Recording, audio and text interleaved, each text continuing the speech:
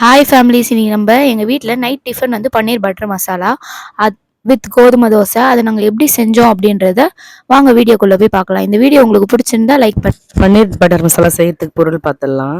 முதல்ல வந்து பன்னீரை வந்து கட் பண்ணி நல்லா பொன்னிறமாக வறுத்து வச்சுருக்கோம். தக்காளி 2 தக்காளி நல்லா பெருசாக கட் பண்ணி வச்சுருக்கோம். அதே மாதிரி தான் வெங்காயமும் பெரிய பெரிய பெருசாக கட் பண்ணி வச்சுருக்கோம். 2 வெங்காயத்தை கொஞ்சோண்டு பன்னீர் எடுத்து திருகி வச்சுருக்கோம். பட்டரு, ஒரே ஒரு ஸ்பூன் வந்து வினிகரு, கொஞ்சம் இஞ்சி பூண்டு பேஸ்ட்டு, கொஞ்சம் முந்திரி, கரம் மசாலா, ரெட் சால்ட்டு,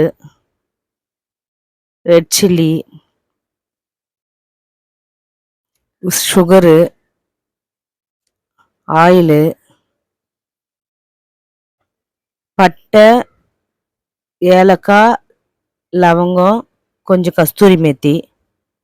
வாங்க எப்படி செய்யுதுன்னு பார்க்கலாம். ஸ்டவ் ஆன் பண்ணிக்கலாம். நான் ஆல்ரெடி வந்து ஒரு பேனில் வந்து பன்னீர் வறுத்தேன் இல்லையா, அதுதான் வச்சுருக்கேன். அந்த பேனை யூஸ் பண்ணிக்கலாம்.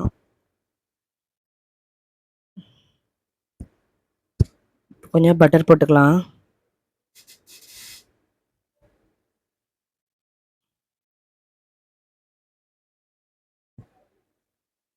பட்டர் ரொம்ப சூடாகக்கூடாது, கொஞ்சம் சூடானா போதும்.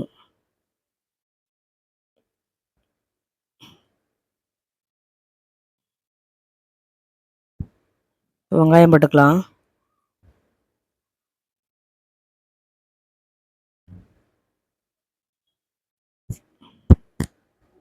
வெங்காயமும் கொஞ்சம் கலர் மாறட்டும். ஒரு தக்காளி போட்டுக்கலாம்.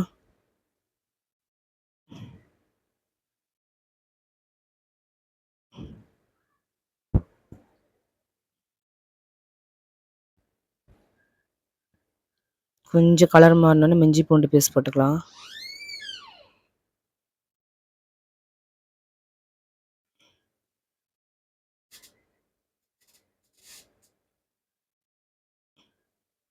இஞ்சி பூண்டு பேஸ்ட் நல்லா பச்சை வாசனை போகிற வரைக்கும் நல்லா வதக்கிக்கலாம்.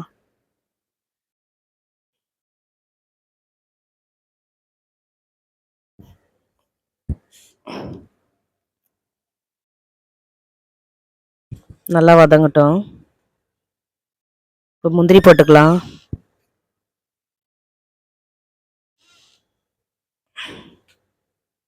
முந்திரி கொஞ்சம் நல்லா கொஞ்சம் வதங்கட்டும். இல்லை ஒரு ஒரு நிமிஷம் ஒரு நிமிஷம் வதங்கினா கூட போதும்.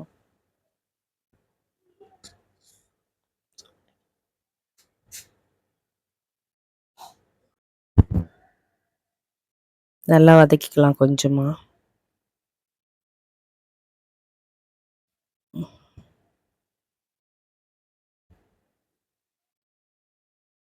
இப்போ கரம் மசாலா போட்டுக்கலாம். சின்ன ஸ்பூன் தான் நான் யூஸ் பண்ணுறேன். அதில் நான் வந்து 3 ஸ்பூன் போட்டிருக்கேன். சில்லி பவுடரும் 3 ஸ்பூன் போட்டிருக்கேன்.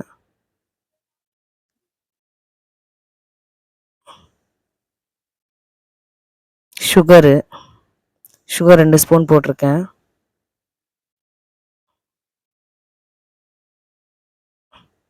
2 லவங்கம், ஒரு ஏலக்காய், 2 பட்டை.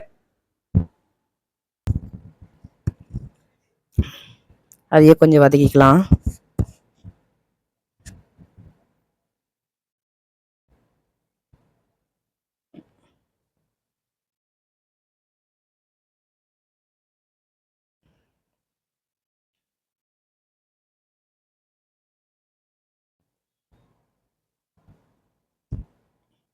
இப்போ நான் திருகி வச்சுருக்கோம் இல்லையா பன்னீர், அது வந்து இப்போ நம்ம அதை கூட போட்டு அதையும் கொஞ்சம் வதக்க போகிறோம். நம்ம இப்போ அதை வந்து பேஸ்ட் பண்ண போகிறோம். நம்ம அரைச்சி தானே போட போகிறோம், அதனால் ரொம்ப நல்லா இருக்குங்க டேஸ்ட்டு. சாப்பிட்டு பாருங்கள். ஏன்னா பன்னீர் போட்டு வதக்கி அரைச்சிருப்பாங்களா தெரியல. நாங்கள் புது விதமாக நாங்கள் ட்ரை பண்ணோம், ரொம்ப நல்லா இருந்தது. உங்களுக்கும் ட்ரை பண்ணி காட்டலாம் தான் இப்போ நாங்கள் பண்ணுறோம். ரொம்பவே நல்லாயிருக்கும் டேஸ்ட்டு. பாருங்கள். சால்ட்டு போட்டுக்கலாம்.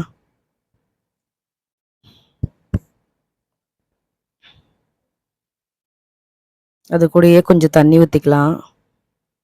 கொஞ்சம் தான் ஊற்ற போகிறோம். ஏன்னா அது நல்லா வேகணும் எல்லாமே. தக்காளி, வெங்காயம், முந்திரி எல்லாமே நல்லா கொஞ்சம் வேகட்டும். நல்லா வெந்து வரட்டும்.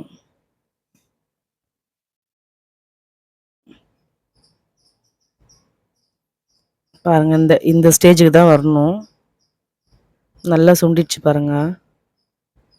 இப்போ நம்ம இதை அரைக்க போகிறோம். இதை ஆற வச்சு அரைச்சிக்கலாம்.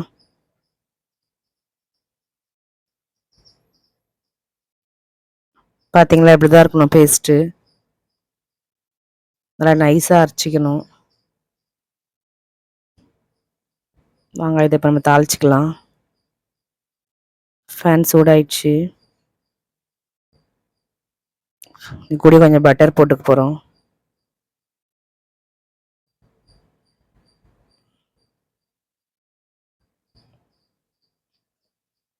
வச்சிருந்த பட்டை லவங்கம் வச்சுருந்தோம் இல்லையா, மீதி அதையும் போட்டுக்கலாம்.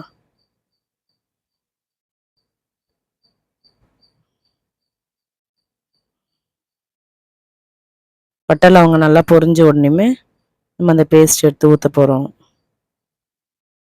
நல்லா பொரிட்டோம். ஈஸியான வேலை தாங்க, ரொம்ப நல்லாயிருக்கும்.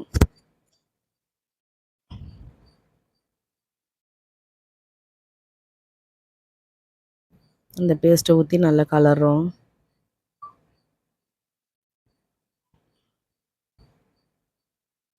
ஆல்ரெடி நம்ம எல்லாம் வதக்கி தான் அரைச்சோம். அந்த எண்ணெய் பிரிஞ்சு வரதுக்கு தான் நம்ம வெயிட் பண்ணணும் இப்போது. அப்போ தான் வந்து ரொம்ப கரெக்டான பதத்தில் வந்திருக்குதுன்னு நம்ம தெரிஞ்சுக்கிறதுக்கு.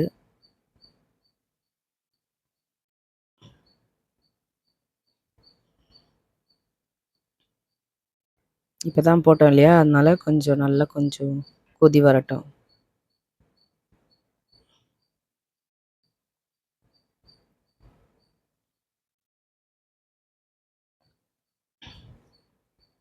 கொஞ்சம் பாதி நல்லா கொதிச்சு வந்துடுச்சு.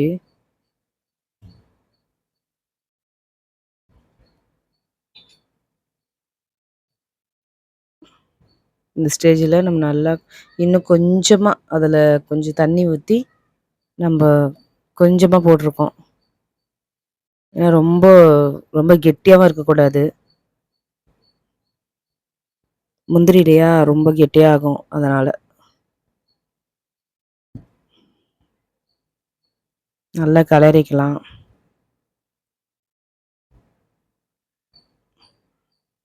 பாருங்கள், இப்போ எண்ணெய் பிரிஞ்சு வர ஆரம்பிச்சிச்சு.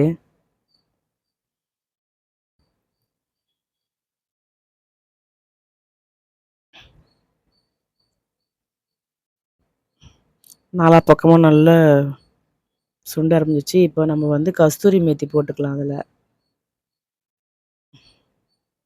ஃப்ளேவர் நல்லாயிருக்கும்.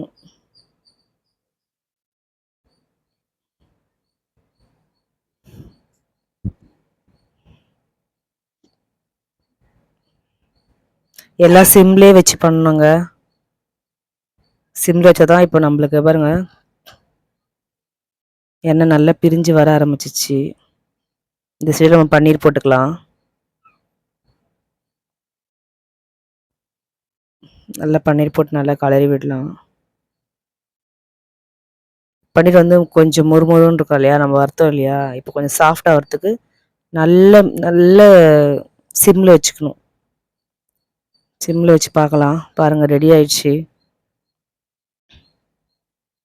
அவ்வளோதாங்க, முடிஞ்சிடுச்சுங்க பன்னீர் பட்டர் மசாலா. இப்போ இதுக்கு வந்து நாங்கள் வந்து கோதுமை தோசை செய்ய போகிறோம். எங்களுக்கு அது பிடிக்கும், கோதுமை தோசை. இது கூட நாங்கள் சாப்பிட்டு ரொம்ப நாள் ஆயிடுச்சு. அதனால கோதுமை தோசை செய்ய போகிறோம். சப்பாத்திக்கும் நல்லாயிருக்கும், தோசைக்கும் நல்லாயிருக்கும், ஊத்தாப்பம் எல்லாத்துக்குமே நல்லாயிருக்கும். ஆனால் எங்கள் வீட்டில் நாங்கள் இன்றைக்கி வந்து கோதுமை தோசை. இந்த தோசை மாவு வந்து ரெண்டு ரெண்டு கப்பு வந்து கோதுமை மாவு, 1 கப்பு வந்து அரிசி மாவு. வேறு எதுவும் இல்லைங்க. உப்பு வேறு எதுவுமே நான் போடல. பாருங்கள், கோதுமை மாவு மட்டும் போட்டால் ரொம்ப சாஃப்டாகவும் இருக்கும். கொஞ்சம் அரிசி மாவும் கொஞ்சம் கூட போட்டால் கொஞ்சம் நல்லா கொஞ்சம் மொறுமொறுன்னு இருக்கும். அதனால் நாங்கள் அரிசி மாவு சேர்ப்பேன். தோசை நல்லா வரும்.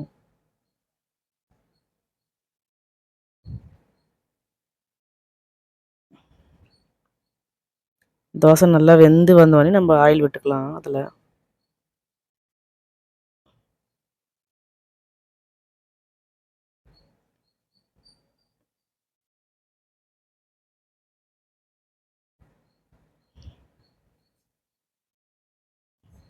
கொஞ்சம் மொறுமொறுன்னு சாப்பிட்றதுனால நாங்கள் இப்படி சுடுறோம். நீங்கள் சாஃப்டாக வேணும்னா நீங்கள் நல்லா கொஞ்சம் தடமாக கூட போட்டுக்கலாம் தோசை. நல்லாவே வரும். மாவு வந்து கரைச்சி ஒரு 1/4 மணி நேரம் ஊற வச்சு செய்யுங்க. இன்னும் நல்லா டேஸ்ட்டாக இருக்கும். தோசையும் பன்னீர் பட்டர் மசாலா சாப்பிட்டு பாருங்கள், எவ்வளோ சூப்பராக இருக்கும். உங்களுக்கு கண்டிப்பாக பிடிக்கும்னு நினைக்கிறேன். பிடிச்சா எங்களை சப்போர்ட் பண்ணுங்கள், லைக் பண்ணுங்கள், கமெண்ட் பண்ணுங்கள். எங்ககிட்ட எதனா குறை இருந்தாலும் நீங்கள் கமெண்ட்டில் சொல்லலாம். நாங்கள் அதை கரெக்ட் பண்ணிப்போம்.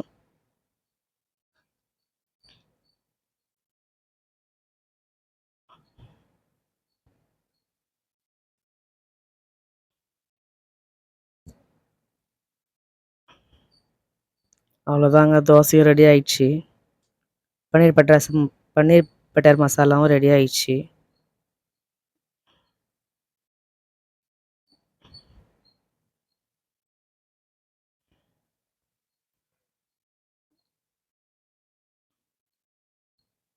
எப்படி இருக்குதுன்னு பார்க்கலாம். ரொம்பவே நல்லாயிருக்கும். நாங்கள் ட்ரை பண்ணியிருக்கிறோம். ரொம்ப டேஸ்ட்டாக இருக்கும். சின்ன குழந்தைங்களுக்குலாம் வந்து நைட்டில் கொடுக்குறதுக்கு ரொம்ப ஈஸியாக இருக்கும். கொஞ்சம் சீக்கிரமாக ஜீரணமும் ஆகும்.